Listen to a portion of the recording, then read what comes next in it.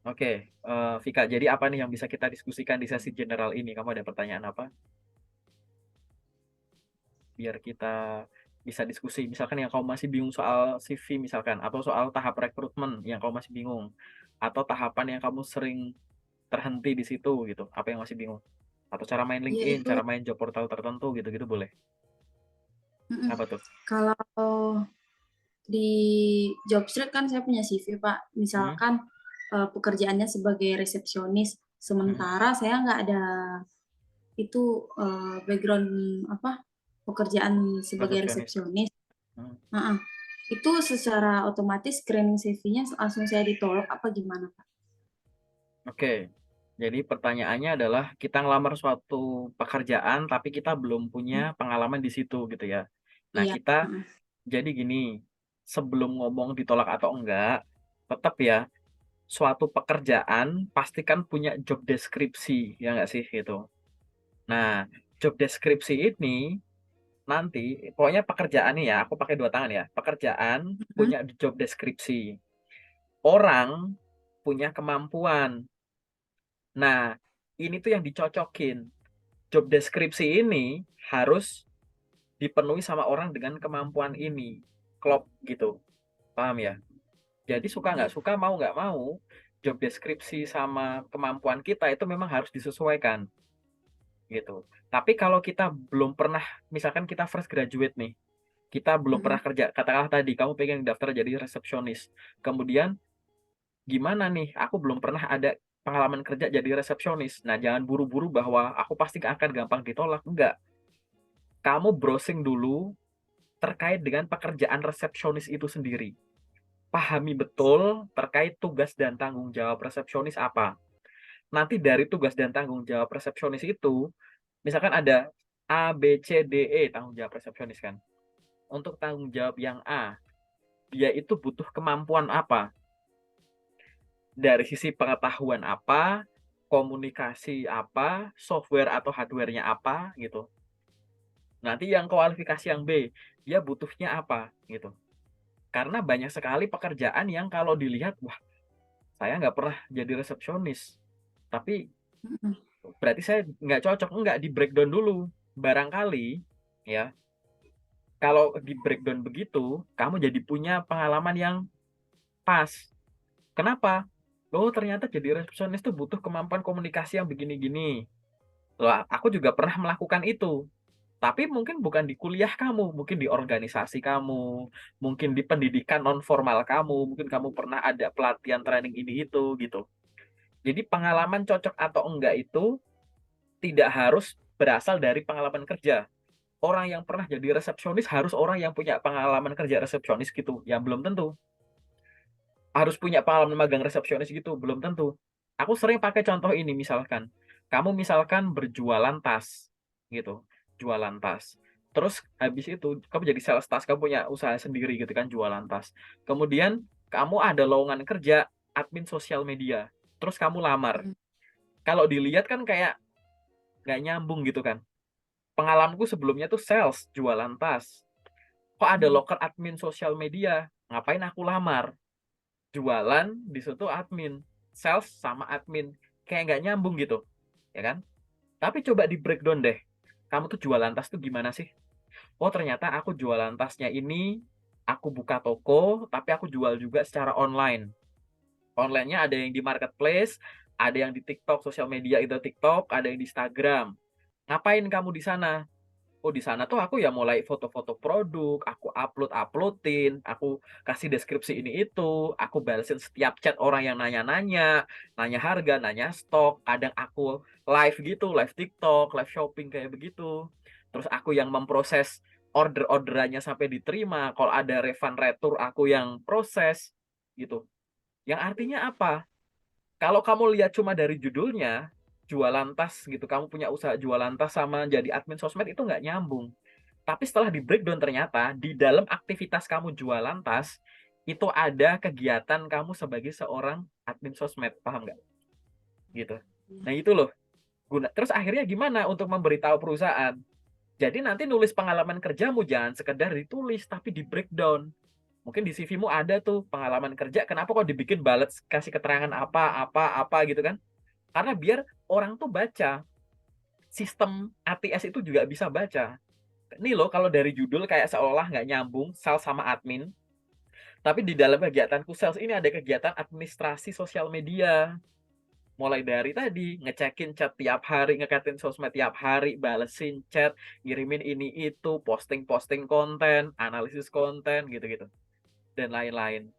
Jadi nyambung nggak? Nyambung. Paham ya maksudku ya? Gitu. Nah ini sebaliknya. Kalau yang ini kan di breakdown pengalaman kerjamu ke sini. Nah sekarang coba dibalik sekarang. Gitu. Atau mungkin pakai analogi yang sama bisa. Jadi kalau dipikir aku nggak punya pengalaman kerja di resepsionis. Coba resepsionisnya di breakdown. David, ngapain sih resepsionis kegiatannya? Terus kamu punya pengalaman kerja di breakdown, punya pengalaman organisasi kepanitiaan magang, breakdown. Gitu. Pasti nanti akan, oh ini sama ini cocok, ini sama ini cocok. Nah, itu artinya harus kamu jabarkan CV-mu di atas kertas gitu. Jadi ada poin-poin di CV nanti di sesi detail sesi kedua ya.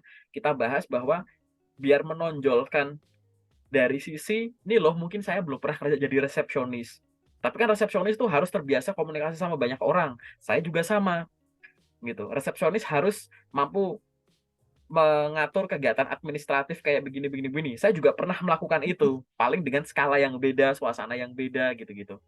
Breakdown lah itu gitu.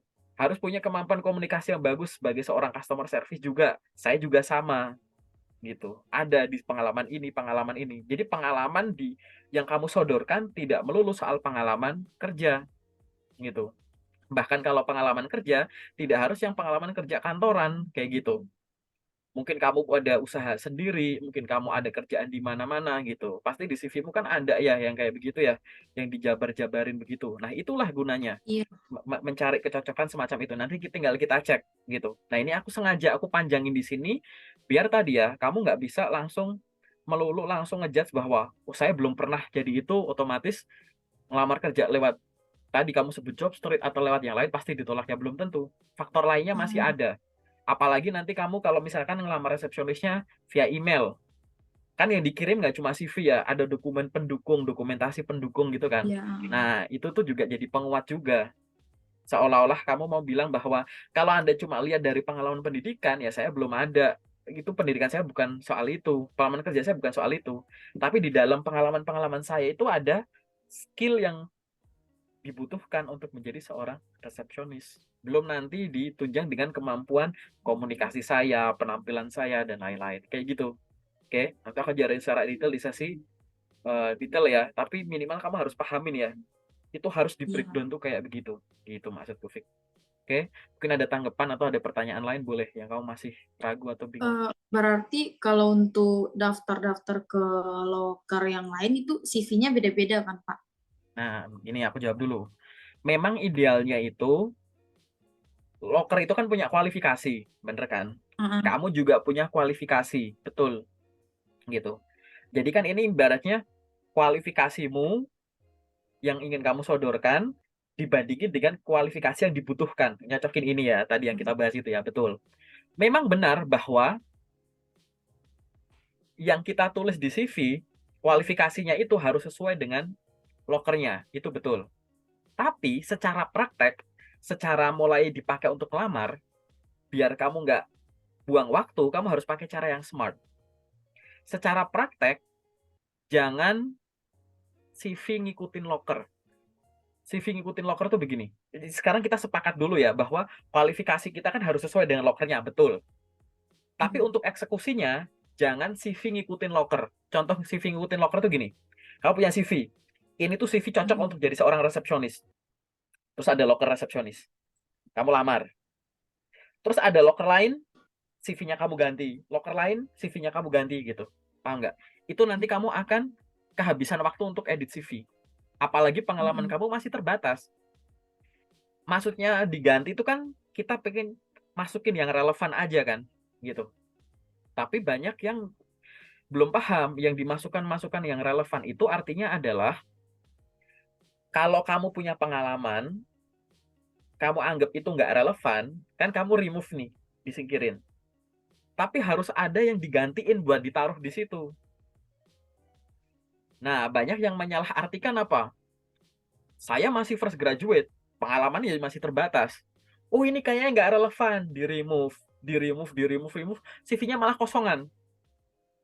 Kita sebagai pembaca CV kan nggak tahu pengalaman hidupmu. Kamu akan dinilai dari apa yang ada di CV kan.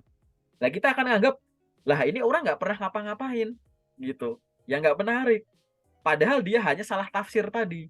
Yang nggak relevan itu sebenarnya nggak harus, bukan yang nggak masuk itu nggak usah dimasukin. Tapi kita harus mikirin, kalau ini kosong, biar kita nggak dinilai nggak ngapa-ngapain atau nggak pernah nggak mampu. Ini yang kosong kita ganti apa gitu.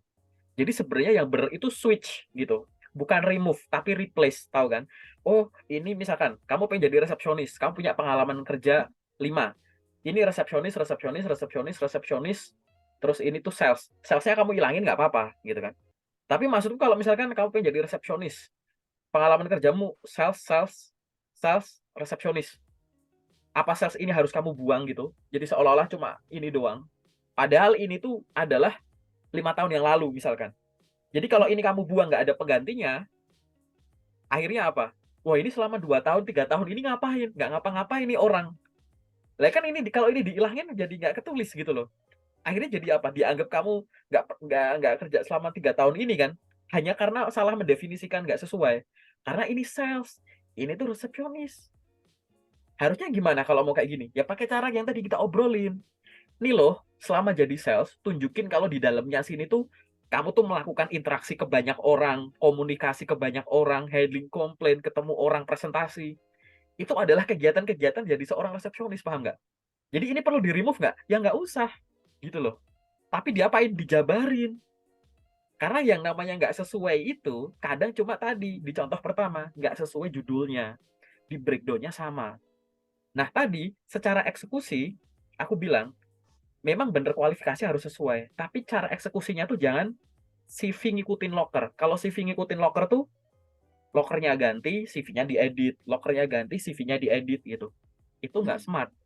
Lalu gimana caranya? Walaupun kita tadi setuju bahwa kualifikasi harus sesuai dengan locker, betul. Tapi secara eksekusi, jangan CV ngikutin locker. Tapi locker ngikutin CV.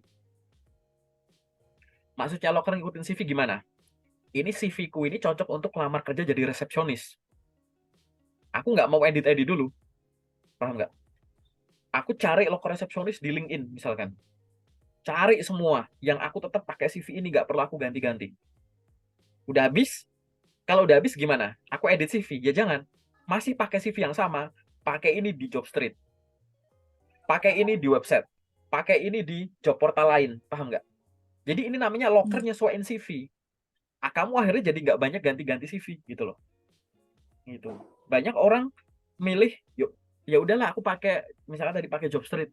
Ini ganti, edit lagi, upload ke Jobstreet, klik-klik lagi, buang waktu gitu. Paham ya? Iya, Pak. Maksudnya gitu ya. Heeh. Jadi definisinya selalu, dan ini aku yakin kamu mungkin belum pernah dengar, kamu belajar dari manapun gitu. Karena banyak teman-teman yang belajar yang salah tangkapnya di situ. Dengan belajar dengan diajarin, oh iya, kualifikasi harus menyesuaikan dengan lokernya dong gitu kan. Tapi nggak dikasih pelanjutannya, nggak tahu. Akhirnya apa? Ya tadi, loker ganti, edit CV, kirim. Loker ganti, edit. Bahkan ngirimnya tinggal klik gitu ya. Ngirimnya tinggal klik-klik, editnya lama, bermenit-menit, paham ya? Maksudku ya, gitu. Jadi kan tadi buang waktu. Jadi smartnya begitu dulu. Tadi benar yang kamu bilang, tapi kita harus ganti-ganti CV ya. Bisa iya, bisa enggak. Gitu. Karena ada Iya. beberapa profesi dengan CV yang sama tanpa perlu banyak diedit, bisa kamu lamar dengan itu. Kenapa? Ya tadi, karena kalau misalkan pengalaman kerjamu masih belum ada, masih dikit, apalagi fresh graduate gitu ya, mau diedit gimana sih? Pasti pengalamanmu cuma itu kan? Gitu.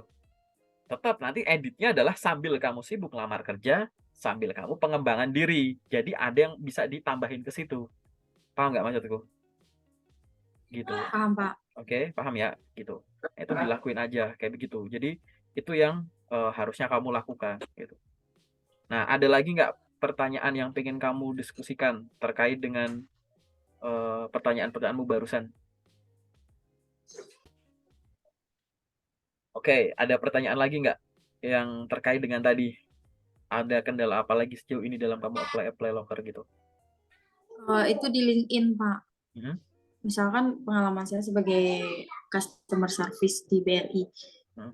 itu di LinkedIn itu dijabarkan semuanya apa gimana, Pak? Ya, jadi kalau di LinkedIn saranku adalah tulisnya tuh tetap dijabarin. Kayak kamu nulis di CV lah, ada nama perusahaan, ada posisi atau jabatan, ada periodenya kapan sampai kapan, dan kamu tuliskan tanggung jawab kamu ngapain aja di situ. Di breakdown.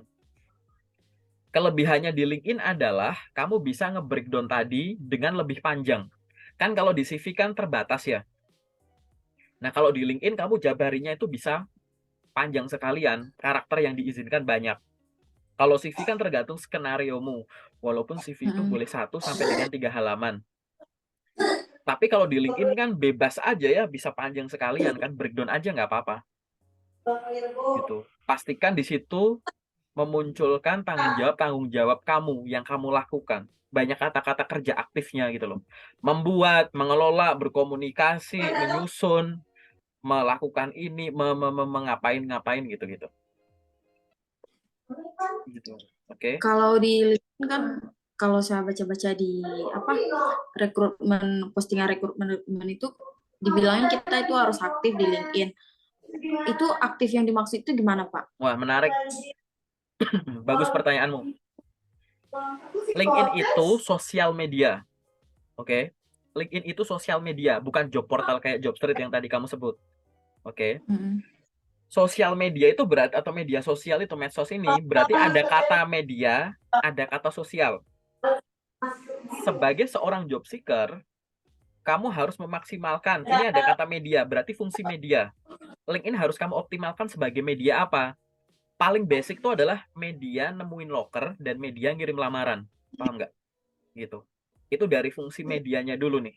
Fokus dulu ke fungsimu, statusmu sebagai job seeker. Media nemuin loker, media ngirim lamaran. Karena kan bisa langsung klik di LinkedIn tersebut kan. Itu di sini. Mm. Tapi karena kamu tahu LinkedIn itu media sosial, selain mengoptimalkan sisi medianya, kamu harus mengoptimalkan sisi sosialnya. Nah, ini loh yang orang lupa di sini. Orang banyak memperlakukan LinkedIn sebagai job portal. Job portal tuh ya ibaratnya kayak bikin akun dilengkapi, upload CV langsung nyari-nyari loker gitu kan. Lah banyak Mm. orang main LinkedIn caranya begitu, sama. Bikin akun, upload CV langsung nyari-nyari loker. Itu artinya media sosial ini kamu cuma pakai 50% fungsi media doang. Lah ini fungsi sosialnya mana gitu loh. Padahal fungsi sosial ini cuma ada di LinkedIn, nggak ada di job portal. Maksudnya fungsi sosial tuh apa sih? Connect ke orang baru, follow orang baru, bikin postingan, komen di postingannya orang, masuk ke komunitas-komunitas diskusi. Nah ini gitu. Kamu harus setiap hari begitu. Buka LinkedIn tuh ya harus setiap hari follow orang, connect orang, bikin postingan apa. Kamu pengen dikenal sebagai orang yang cocok kerja jadi frontliner. Misalkan, oh aku ngincer pekerjaan tuh jadi CS, teller, resepsionis, pramugari, aspri, sekretaris gitu-gitu. Ya udah bikin postingan biar kamu dinilai sebagai sosok itu yang cocok. Nggak bisa cuma bikin akun terus nyari loker klik klik klik klik klik gitu. Itu namanya pakai sosmed cuma fungsi med-nya doang, fungsi sosnya mana gitu loh. Gitu. Nah, penjelasan ini yang mungkin kamu nggak bisa peroleh di mana-mana sejauh ini. Gitu. Lupa menggunakan sosial media, cuma unsur medianya, unsur sosialnya lupa. Gitu. Nah, itu biasanya lemahnya di situ. Kalau tadi kamu punya job street, terus cara main LinkedIn-mu kayak gitu, berarti kan kamu kayak punya dua akun job street Mm. gitu. Padahal kamu harus mikir, emang kalau di job street kamu bisa lihat muka HR-nya gimana? Enggak. Nggak bisa. Di LinkedIn, kamu bisa lihat wajah HR-nya. Kunjungi profilnya, kamu bisa lihat perjalanan karir dia malah. Gitu loh. Kamu bisa ngechat, bisa kenalan, bisa ngucapin selamat ulang tahun, gitu-gitu, dan lain-lain. Nah, itu kenapa nggak dilakukan? Gitu. Itu artinya yang nggak optimalnya di situ. Kalau job street memang, atau job portal gitu, atau website perusahaan, kamu nggak bisa lihat muka HR-nya siapa nih HR-nya. Tim rekrutmen misalkan gitu doang namanya. Nah, tapi kalau buka LinkedIn, oh ini ada PT ini HR rekrutmen, oh ini nih, orangnya ini ternyata ya gitu. Kenapa nggak kenalan, bangun koneksi, bangun network. Barangkali akan berguna cepat atau lambat gitu. Jadi aku nggak tahu caramu main LinkedIn gimana, nanti kita cek ya di sesi detail. Kalau kamu masih sibuknya cuma bikin aku nyari-nyari loker, terus ngomong, wah cari loker di LinkedIn susah, nggak masuk akal. Aku tuh gini ya, aku pribadi orang yang percaya bahwa kalau ada yang bilang nyari loker di LinkedIn itu susah, itu pasti kamu kurang optimal. Kenapa? Kalau tadi di job portal isinya cuma loker, LinkedIn itu isinya nggak cuma loker. HRD aja ngumpul di LinkedIn. User aja ngumpul di LinkedIn. Itu manusia semua dan dalam tanda kutip bisa ditanya gitu. Ya kan? Gitu. Ibaratnya kurang kamu explore, langsung bilang, wah ini nggak bagus nih, susah nyari loker di sini, nggak ada, cuma dikit. Nah, buru-buru menyimpulkan itu namanya. Padahal kalau mau pakai logika gitu, lah HRD, user, orang-orang perusahaan pada ngumpul di LinkedIn, masa susah gitu? Nggak cuma loker, itu sumber loker banget loh itu malahan orang-orangnya gitu. Kenapa kalau ngomong sumber loker? Banyak sekali lowongan pekerjaan yang tidak diposting, tapi ada. Jadi loker beredar itu tuh cuma sebagian kecil menurutku dari loker yang ada. Gitu. Yang kadang aksesnya kamu harus nanya langsung ke orangnya, orang yang kerja di perusahaan itu, gitu. Oke, gitu sih jawabanku sih. Jadi apa yang harus Iya, dilakukan? Benerin cara pakai LinkedIn-mu. kan saya aktifnya di LinkedIn itu cuma membagikan postingan HRD-nya aja sih Pak. Nah, aku jawab dulu. Kegiatan posting itu macam-macam. Bisa reshare atau repost gitu ya. Bisa bikin voting, bisa posting gambar, posting video, posting artikel. Tapi tetap, kalau kamu pengen dinilai, maka bikin postingan original. Kalau kamu reshare postingannya orang, yang keren orang itu. Kamu aktif di LinkedIn, tapi nge-reshare atau repost gitu. Nah, akun yang kamu reshare, yang kamu repost, postingan yang kamu reshare, kamu repost, mungkin bener. Yang like sampai ratusan, sampai ribuan, yang komen sampai ratusan, sampai ribuan. Tapi apa gara-gara itu kamu yang keren? Yang keren ya orang yang kamu reshare. Paham nggak? Lah iya dong. Kan kita Iya. pengen nilainya nilai kamu. Sama ini kalau kayak begini, kalau nanti misalkan, ini biasanya ada tuh rekrutmen, mungkin kamu, aku nggak tahu ya di BUMN akan kayak begitu nggak besok-besok. Jadi ada namanya sosial media cek gitu kan. Kadang dikepoin tuh sosmednya gitu tanpa dikasih tahu sama perusahaan. Misalkan Instagrammu dicek. Tapi di IG isinya tuh kamu postingannya tuh quotes-quotesnya orang gitu. Ada kata-kata mutiara terus siapa, kata mutiara siapa. Jadi kayak ya emang keren sih. Tapi itu bukan original dari kamu. Yang kita nilai kan kamu gitu. Paham ya? Termasuk misalkan mohon maaf nih ada yang pakai akun Instagram tapi Instagramnya buat jualan. Jadi dia nggak misah antara IG pribadi dan IG jualan. Singkat cerita, pas ada sosial media cek dimintain IG, dikasih IG jualannya itu. Nah masalahnya di IG jualan itu nggak ada foto dia. Isinya foto dagangan semua. Sebenarnya nggak ada yang salah, karena dia menggunakan sosmed untuk bisnis dia. Tapi dengan nyodorin sosmed ini untuk sosial media cek di perusahaan, menurutku ya kurang tepat. Kenapa?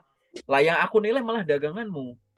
Kalau dengan menyodorkan sosmed yang ada jualan begitu, malah yang dinilai apa? Wah ini orang jadi entrepreneur nih. Jangan-jangan cepat lambat dia bakal resign untuk menjalankan bisnis pribadinya gitu. Nggak fokus untuk kerja di sini dong kalau begini gitu. Atau yang lain deh, Iya. di interview kamu ditanya-tanya gitu. Oh saya tuh orangnya friendly, humble, mudah bergaul. Saya orangnya tuh up to date lah soal sosial media. Saya terbiasa komunikasi dengan banyak orang dan lain-lain. Begitu dicek sosial medianya, katakanlah Instagramnya, diprotek. Begitu nggak diprotek, isinya cuma following sama follower, nggak ada postingan. Padahal di interview kamu ngeklaim, oh saya orangnya komunikatif, humble, komunikasi sama orang biasa. Nggak terbukti dari sosmedmu. Paham nggak maksudku? Gitu loh. Nah ini hal-hal yang jangan sampai terjadi. Itulah kenapa di LinkedIn, kenapa kok bikin postingan tadi yang original. Ya kamu tuh pengen dinilai sebagai siapa, apa dan siapa, ngasih kontribusi pembaca tuh apa. Maka silahkan bikin postingan original yang kamu bisa dan terbiasa dan relevan dengan kamu tuh pengen dikenal sebagai apa gitu. Ya kan. Nah, itu tadi kayak itu. Saya orangnya begini ini gitu. Saya orang terbiasa gini. Saya orangnya tidak pemalu, saya terbiasa dengan ini. Tapi ya itu diprotek. Ngapain nyodorin nyodorin IG diprotek misalkan gitu. Terus habis nggak diprotek ternyata following follower, nggak ada postingan sama sekali, foto profilnya kadang hilang. Itu disodorin untuk sosial media cek, bayangin tuh gitu. Itu aku banyak ditemukan kemarin di rekrutmen BUMN yang tahun lalu gitu, teman-teman yang kayak gitu. Atau yang foto nggak berani hadap ke depan gitu, hadap kanan, hadap kiri, hadap belakang, di sensor-sensor, atau yang dagangan-dagangan begitu, yang nggak relevan di interview sama sosial medianya tuh nggak relevan gitu. Ada yang semua sosmednya malah nggak bisa ditemukan. Iya kak, aku lagi apa tuh ngomongnya insecure sama sosial media, jadi aku deaktivasi semua sosmedku gitu. Wah itu tambah gawat lagi tuh. Kamu ngeklaim macam-macam dicari di sosial media susah ditemukan. Nah gimana gitu loh maksudku. Memang benar sosial media itu memang tergantung masing-masing orang tujuannya buat apa. Untuk entertainment boleh, untuk urusan privasi, pribadi boleh. Tapi di sini tuh karena zaman maju, kamu harus melihat pergerakan sosial media untuk kebutuhan karir gitu. Paham ya? Nah, kamu sebagai job seeker sekarang coba bayangin, gimana caranya sosmed yang tadinya untuk urusanku pribadi, aku bikin sebagai penunjang karir. Gimana caranya ya orang nyasar di TikTokku, aku arahin dia ke LinkedInku. Gimana orang dengan ngunjungin IG-ku, dia bisa aku arahin ke LinkedInku. Dan semua orang yang nyasar ke LinkedInku akan terkesan dengan isinya dan aktivitasnya. Sehingga apa? Kesempatan pekerjaan akan datang. Karena pekerjaan itu akan datang pakai dua cara. Yang pertama karena kamu sibuk ngirim-ngirim lamaran, kirim gitu. Yang kedua, gara-gara kamu ditawari. Kesempatan tuh akan datang gara-gara kamu melamar atau ditawarin gitu loh. Nah, kita nggak tahu pekerjaanmu selanjutnya, your dream job itu gara-gara sibuk melamar atau gara-gara ditawarin. Lalu mana yang harus dioptimalkan? Ya keduanya. Orang kok bisa lolos gara-gara melamar ya karena dia ngelamar dengan baik dan benar tadi, ngikutin tahapnya, keterima gitu kan. Ada. Tapi ada orang kok bisa ditawarin. Gimana ya kok ditawarin? Misal ditawarin itu dikirimin email, di DM lewat LinkedIn. Ya itu bisa terjadi karena apa? Ya pihak perusahaan, rekruter atau siapapun itu yang nawarin, mereka tuh pasti tahu kamu itu siapa. Mereka tuh nyasar ke LinkedIn-mu ibaratnya. Nah, nyasar ke LinkedIn gara-gara apa? Ada yang mereka terpapar sama postinganmu. Wih, ini bagus sih postingan. Kunjungin akhirnya, di review profilnya. Oh, cocok di DM gitu. Jadi melamar ini cenderung dari sisi ngelamar, ditawarin cenderung dari branding di sosmed tadi, aktif di sosmed. Kayak gitu. Nah, sekarang kalau pakai LinkedIn-nya, balik lagi ke tadi. Kalau pakai LinkedIn kayak pakai job portal tadi, ya kan? Gimana mau dikenal apa? Kamu sibuk research postingannya orang, itu yang keren orang itu. Iya. Gitu. Kamu kan misal kayak kamu punya tingkat pendidikan tertentu, misal kamu lulusan S1, ya kamu di S1 kamu belajar apa? Sharing posting apa yang kamu bisa dan terbiasa gitu. Oh, aku jurusan pertanian. Ya udah bikin postingan hari ini soal ilmu-ilmu isu-isu di pertanian. Besok kamu bikin konten cara menanam cabai di rumah, besok cara menanam anggur di rumah, cara menanam apel di rumah itu. Udah jadi akhirnya tanaman semua tuh yang kamu posting warna-warna pertanian semua misalkan. Besok ngomongin soal pengolahan lahan, besok ngomongin soal pembasmian hama, besok ngomongin soal panen gitu. Terus gitu. Sama sekarang kamu pengen dikenal sebagai apa gitu. Bikin postingan yang seputar-seputar itu. Apa postingan di LinkedIn harus selalu serius? Enggak gitu. Aku postingan LinkedIn kadang aku lagi renang, lagi apa santai. Ya sebagaimana manusia pada umumnya gitu. Tapi warna itu kan kayak begitu gitu. Apa misalkan yang namanya baju merah itu harus yang merah polos? Kalau ada sablonan macam-macam itu bukan berarti bukan merah kan enggak? Sama kayak postingan gitu. Kamu pengen dikenal sebagai warna apa? Warna biru. Apa harus biru polos? Kan enggak gitu. Tapi itu kan jadi warna yang dominan di bajumu misalkan.